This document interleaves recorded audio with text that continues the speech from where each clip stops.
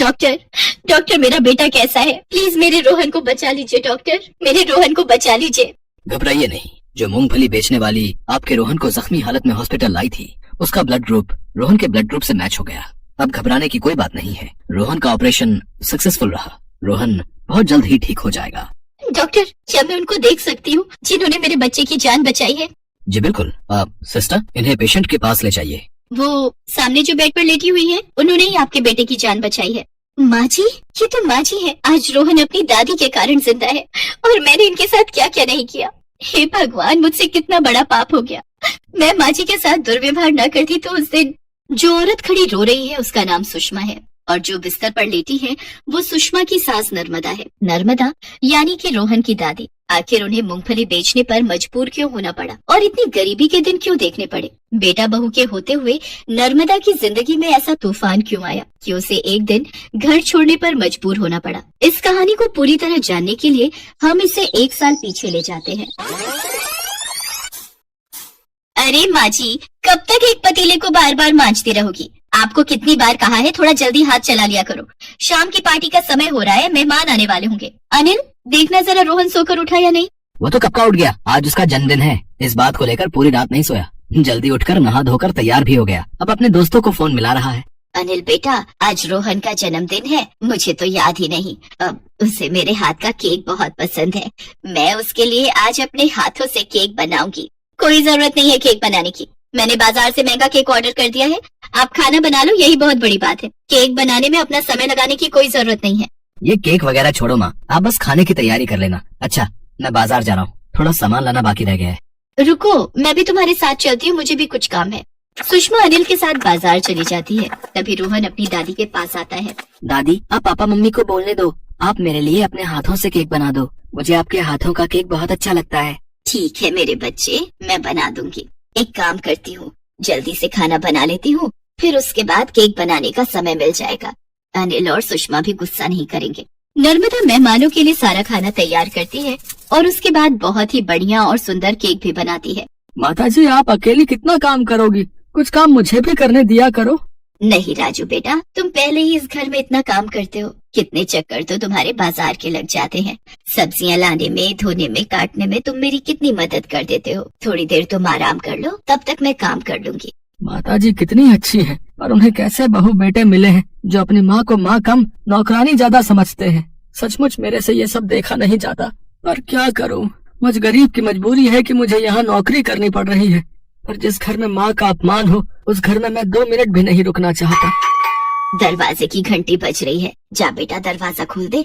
लगता है सुषमा और अनिल आ गए हैं। केक तैयार हो गया है, अब इसे फ्रिज में रख देती हूँ। रोहन के जन्मदिन की पार्टी की सारी तैयारियां हो जाती हैं। शाम के समय मेहमान आने शुरू हो जाते हैं। सब लोग केक कटने का इंतजार कर रहे थे। रोहन बेटा, देखो हम तुम्हारे लिए कितना सुंदर केक लेकर आए हैं। चलो जल्दी से केक काटो। रुको मम्मी, पहले मैं दादी के हाथों का बनाया हुआ केक काटूंगा। नर्मदा ने घर पर दूध और मेवों से केक तैयार किया था। रोहन ने पहले वही केक काटा और बाद में उसने दूसरे केक काटे। ये देखकर सुषमा गुस्से से जल भुन गई और मेहमानों के जाने के बाद सुषमा ने बहुत लड़ाई की और उस केक को भी डस्टबिन में फेंक दिया जो केक नर्मदा ने रोहन के लिए बनाया था। मम्मी, वो केक दादी माँ ने मेरे लिए इतने प्यार से बनाया था, आपने डस्टबिन में फेंक दिया। मैं आपसे कभी बात नहीं करूँगा। रोहन, रुको रोहन। आज आपकी वजह से मेरा बेटा मेरे से नफरत कर रहा है। अब मैं आपको इस घर में एक पल भी नहीं रहने दूंगी। अनिल, या तो इस घर में ये रहेंगी या मैं। हम दोनों एक साथ यहाँ नहीं रह सकते। मैं नहीं चाहती कि मेरा बेटा मुझसे दूर हो जाए।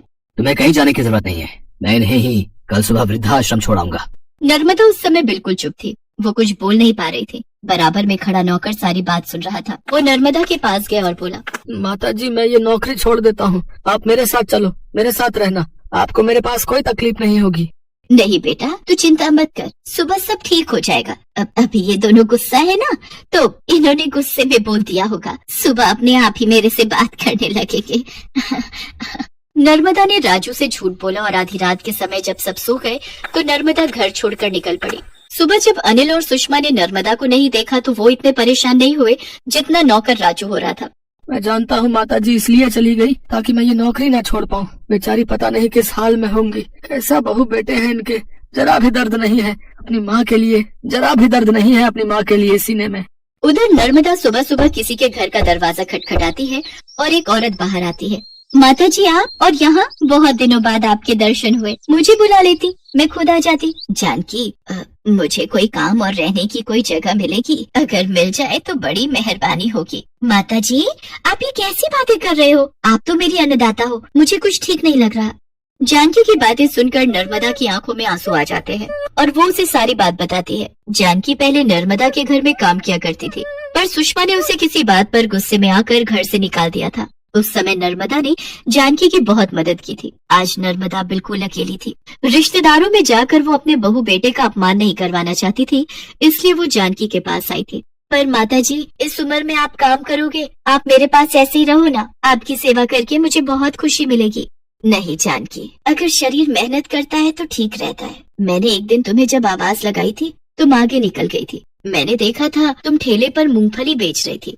हाँ माता जी, आजकल सर्दियों में मूंगफली, गज्जक, रेवड़ी का सीजन है, तो थोड़ी बहुत कमाई हो जाती है। इसीलिए मैंने और मेरे पति ने उधार पर पैसे लेकर मूंगफली का ठेला लगा लिया। बस अभी वो गए हुए ही हैं। जानकी, मैं सोच रही थी मैं भी मूंगफली बेचकर गुजारा कर लूं। कम से कम काम में व्यस्त रहूंगी तो पुराने दिनों की याद नहीं आएगी। ठीक है माता जी, जैसे ही आएंगे मैं बात करती हूँ। जानकी का पति शाम को मूंगफली बेचकर लौटता है तो वो उसे सारी बात बताती है। वो भी नर्मदा के लिए बहुत दुखी होता है। नर्मदा की उम्र वो नहीं थी कि वो ठेले पर मूंगफली बेच सके, इसलिए जानकी और मोहन मिलकर घर के पास ही एक पेड़ के नीचे चादर बिछाकर जगह बना देते हैं, जहाँ पर नर्मदा बैठकर मूंगफली बेचा करती थी। कई महीने गुजर गए। नर्मदा मूंगफली बेचकर अपना गुजारा करने लगी। उसने जानकी के पड़ोस में ही एक छोटा सा कमरा किराए पर ले लिया और वहीं पर रहने लगी। पर आज सुबह जब नर्मदा मूंगफली बेच रही थी तो उसी सड़क पर साइकिल से जाते हुए रोहन का एक्सीडेंट हो गया। नर्मदा रोती हुई रोहन को हॉस्पिटल लेकर आई। याद वापस आ जाती है और सुषमा नर्मदा के पास जाती है। तब तक अनिल भी हॉस्पिटल पहुंच जाता है। सुषमा और अनिल नर्मदा के पैरों में गिरकर माफी मांगते हैं। नर्मदा उन्हें गले से लगा लेती है।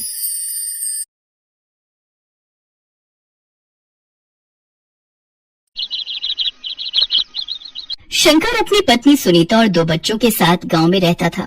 शंकर मजदूरी का काम करता था, पर उसकी आमदनी बहुत कम थी। सुनीता स्वेटर बुनने का काम करती थी और उस काम से वो थोड़े बहुत पैसे कमा लेती थी। तुम चिंता मत करो, ठंड शुरू होने वाली है, थोड़े बहुत स्वेटर बुनने का काम मुझे मिल ही जाएगा। ये है कि कम से कम घर खर्चे के पैसे तो मैं जोड़ ही लूंगी। तुम बाकी जमींदार साहब का कर्जा चुकाओ, वो पहले बहुत जरूरी है। हाँ, उसी की तो चिंता है। ब्याज भी बढ़ता जा रहा है, पर जितना काम करता हूँ सारा कर्जे में चला जाता है। शंकर जो भी कमाता था सारा कर्जा उतारने में चला जाता था, इसलिए सुनीता स्वेटर बुनने का काम कर लेती थी। सुनीता बहुत सुंदर स्वेटर बुनती थी, तरह तरह के डिजाइन वाले स्वेटर, टोपा, मोजे, कार्डिगन। सुनीता इन सब की अच्छे से बुनाई करना जानती थी, पर गांव में उसे इस काम के पैसे ज्यादा नहीं मिल पाते थे। गांव के लोग अपने हिसाब से ही सुनीता को स्वेटर बुनाई के पैसे देते थे। सुनीता, 150 रुपए तो तू ज्यादा बोल रही है। छोटा सा ही तो स्वेटर बनवाना है, 50 रुपए रख ले, इससे ज्यादा मैं नहीं दे सकती। पर काकी, ऊन बहुत महंगी हो गई है, आप तो उनके पैसे भी नहीं दे रही हो। ये ले 70 रुपए रख, इससे ज्यादा नहीं दूंगी, नहीं तो रहने दे, रख ले अपने पास वापस स्वेटर। सुनीता पैसे लेकर घर आ जाती है। शंकर परेशान था। वो सुनीता से बोला, अब सुनीता सामान बांध ले, मोहन का फोन आया है, उसने शहर में बात कर ली है, फैक्ट्री में 10,000 रुपए महीना मिल जाएगा। बाकी देख लेंगे, यहाँ तो कभी काम मिलता है कभी नहीं। ठीक है, जैसा तुम्हें ठीक लगे, पर मेरा कुछ स्वेटर बुनने का काम रह गया है, एडवांस रुपए लिए हुए थे। तो कोई नहीं, वही बुनकर पूरा कर लियो, कोई ना कोई गांव आता ही रहता है तो भिजवा देंगे। और फिर शंकर अपने परिवार को लेकर शहर आ जाता है। शंकर, 2,500 रुपए में इससे अच्छा कमरा नहीं मिलेगा, बाकी थोड़ा समय लगेगा, धीरे धीरे सब आदत पड़ जाएगी। अब तू यहाँ साथ है तो मुझे क्या फिक्र, बाकी सुनीता और बच्चे भी भाभी और बच्चों के साथ रहेंगे तो कोई चिंता की बात ही नहीं होगी। शंकर फैक्ट्री में काम पर लग जाता है। सुनीता भी स्वेटर के काम पर लग जाती है। एक दिन सुनीता अपने घर के बाहर बैठी स्वेटर बुन रही थी, तभी मोहन की पत्नी गायत्री आ जाती है। अरे सुनीता, ये क्या, तू स्वेटर बुनती है? हाँ, गांव में रहती थी तो थोड़े बहुत बुनकर 4 पैसे आ जाते थे। ये स्वेटर बुनने रह गए थे, कोई आएगा जाएगा तो गांव भेज दूंगी, एडवांस के पैसे लिए हुए हैं। तभी एक औरत वहाँ आती है। आप में से सुनीता कौन है जो स्वेटर बुनने का काम करती है? जी, मेरा नाम ही सुनीता है, मैं स्वेटर बुनने का काम करती हूँ। मेरी बहन रश्मि माधोपुर में रहती है। आप माधोपुर से आई हो ना?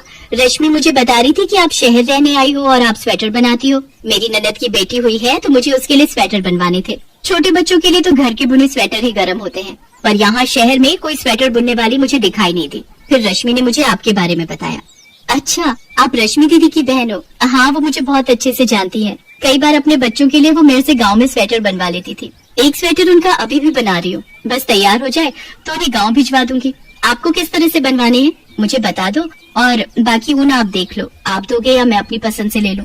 ऊन वगैरह खरीदने का तो मुझे इतना पता नहीं है, अपने हिसाब से ही खरीद लेना, जो अच्छी कंपनी के मुलायम ऊन हो, क्योंकि छोटी बच्ची के बनाने हैं तो मुलायम ऊन के ही अच्छे रहेंगे, चुभने वाला ना हो। आप मेरे लिए 3 सेट बना दो, जो भी पैसे बनेंगे मैं दे दूंगी। वो औरत सुनीता को 3 स्वेटर बुनने का ऑर्डर देकर चली जाती है। तभी शंकर भी आ जाता है। उसके दोनों हाथों में सूजन थी और वो दर्द से करा रहा था। अरे ये क्या, आपके हाथों में सूजन कैसे आ गई? भैया को तो डॉक्टर को दिखाना पड़ेगा, यही पास में ही डॉक्टर बैठते हैं, चल वहीं ले चलते हैं। गायत्री ठीक कह रही है, चलो भाभी, चल शंकर। शंकर को लेकर सुनीता मोहन और गायत्री के साथ डॉक्टर के पास जाती है। मशीन पर काम करने के कारण इनके हाथों में सूजन आ गई है। इससे पहले उन्होंने कभी मशीन पर काम किया है? नहीं डॉक्टर साहब, गांव में तो मजदूरी और खेतीबाड़ी का काम करता था। यहाँ पहली बार आया हूँ, अभी 1 महीना ही हुआ है काम करते हुए। बस यही वजह है, अभी कम से कम 2 महीने मशीन पर काम बिल्कुल नहीं करना, नहीं तो ये सूजन बढ़ने से शरीर को नुकसान हो सकता है। पर डॉक्टर साहब, मैं काम नहीं करूँगा तो बड़ी मुश्किल हो जाएगी। और अगर आराम नहीं किया तो शरीर भी तो खराब हो जाएगा, इसलिए कम से कम 2 महीने दवाई लो, उसके बाद मशीनों के काम की जगह कोई और काम ढूंढना। शंकर परिवार के साथ शहर आया था कि यहाँ कमाकर गांव में जमींदार का कर्जा चुका देगा, पर यहाँ आकर तो उसकी परेशानी बढ़ गई। कुछ दिन बाद सुनीता ने उस औरत के 3 सेट बुनकर दे दिए। ये स्वेटर तो आपने बहुत ही अच्छे बुनकर दिए, मेरी ननद को भी बहुत पसंद आए हैं। वो पूछ रही थी आप बड़े लोगों के भी स्वेटर बना सकते हो? जी मैं बना दूंगी, बाकी अगर कोई और भी पूछे तो आप बता देना, मेरी थोड़ी कमाई हो जाएगी। क्या हुआ, तुम थोड़ा परेशान दिखाई दे रही हो? गांव से शहर आए थे कि थोड़ा काम चल जाएगा, पर शहर आते ही पति की तबीयत खराब हो गई। डॉक्टर ने उन्हें 2 महीने आराम के लिए बोला है और उसके बाद भी मशीनों का काम मना किया है। वही सोच रही थी कि थोड़े बहुत स्वेटर बुनकर दे दूं तो खर्चा निकल आएगा। आजकल सर्दियां भी शुरू होने वाली हैं, तो लोगों को बनवाने हो तो आप पता कर लेना। हाँ, मैं पड़ोस में भी कह दूंगी, तुम चिंता मत करो। औरत स्वेटर के पैसे देकर चली जाती है और अपने आस पड़ोस में सुनीता के बारे में बताती है। सुनीता को धीरे धीरे स्वेटर का काम मिलने लगता है। बहन जी, मैं ऊन की दुकान चलाता हूँ। मेरे पास शहर के बहुत से लोग ऊन खरीदने आते हैं। कई बार वो लोग मेरे से घर के बुने स्वेटर के बारे में पूछते हैं। अगर आप मेरे लिए स्वेटर बुन दिया करो तो मैं आपको अच्छी कीमत दे सकता हूँ। ठीक है भैया जी, आप मुझे बता दो कितने स्वेटर बुनने हैं। 2 छोटे बच्चों के, लेडीज जेंट्स के डिजाइन वाले बनाने हैं। मैं आपको लिस्ट बना दूंगा, मैं लड़के के हाथ माल घर भिजवा दूंगा। सुनीता का स्वेटर बुनने का काम बढ़ जाता है, उसे अब अच्छे पैसे मिलने लगे थे। सुनीता, मैं सोच रहा था तुम गायत्री भाभी की भी मदद ले लिया करो तो तुम्हें सहारा रहेगा। अकेले तुम थक जाती हो, बाकी माल पहुंचाने का काम मैं कर लूंगा। हाँ तुम ठीक कह रहे हो, मोहन भैया के भी तो घर खर्चे हैं, किराया, राशन, बाकी गायत्री भाभी जिस घर में काम करती थी वो घर भी छूट गया है। मैं आज ही उनसे बात करती हूँ। सुनीता गायत्री को भी अपने साथ काम के लिए कह देती है। तुम बहुत अच्छी हो सुनीता, मैं खुद कहने की हिम्मत नहीं कर पा रही थी। मुझे लग रहा था पता नहीं तुम अपने साथ मुझे काम दोगी या नहीं। नहीं गायत्री भाभी, ऐसी बात नहीं है। मोहन भैया भी तो हमें शहर विश्वास पर ही लाए थे, और यहाँ हमारा शहर में एक दूसरे के सिवा है ही कौन। इसलिए आप आज से ही मेरे साथ ये काम करना शुरू कर दो, आपका भी घर खर्चा निकल आएगा। उस दिन से गायत्री भी सुनीता के साथ स्वेटर का काम करने लगी। धीरे धीरे सुनीता ने और भी औरतों को इस काम में अपने साथ जोड़ लिया और किराए पर एक दुकान ले ली। सुनीता ने कभी नहीं सोचा था कि उसका स्वेटर का काम इतना बढ़ जाएगा। धीरे धीरे सुनीता का काम बढ़ गया और अब उसे उसी शहर के साथ साथ आसपास के और भी शहरों से स्वेटर बुनने के ऑर्डर मिलने लगे। आखिर बड़े शहर में रहकर एक गरीब ने अपने पैर अपनी मेहनत और हुनर से जमा ही दिए। मोहन, गायत्री भाभी, मैं तो हिम्मत हार गया था, पर सुनीता ने सब कुछ संभाल लिया। आज जमींदार का 1 रुपया भी मैंने कर्जा नहीं देना, सब सुनीता ने उतार दिया। आप सही कह रहे हो शंकर भैया, आज सुनीता भाभी के कारण आपके बच्चों के साथ साथ मेरे बच्चे भी स्कूल जाने लगे हैं। नहीं तो अकेले मोहन इतना नहीं कमा पाते थे कि हम बच्चों को स्कूल में पढ़ा लिखा सके। आज ये सपना भी साकार हो गया। इस बात को सुनकर सुनीता मुस्कुरा देती है। आज उसके चेहरे पर एक सुकून था, क्योंकि उसने अपनी मेहनत और लगन से ये मुकाम पाया था।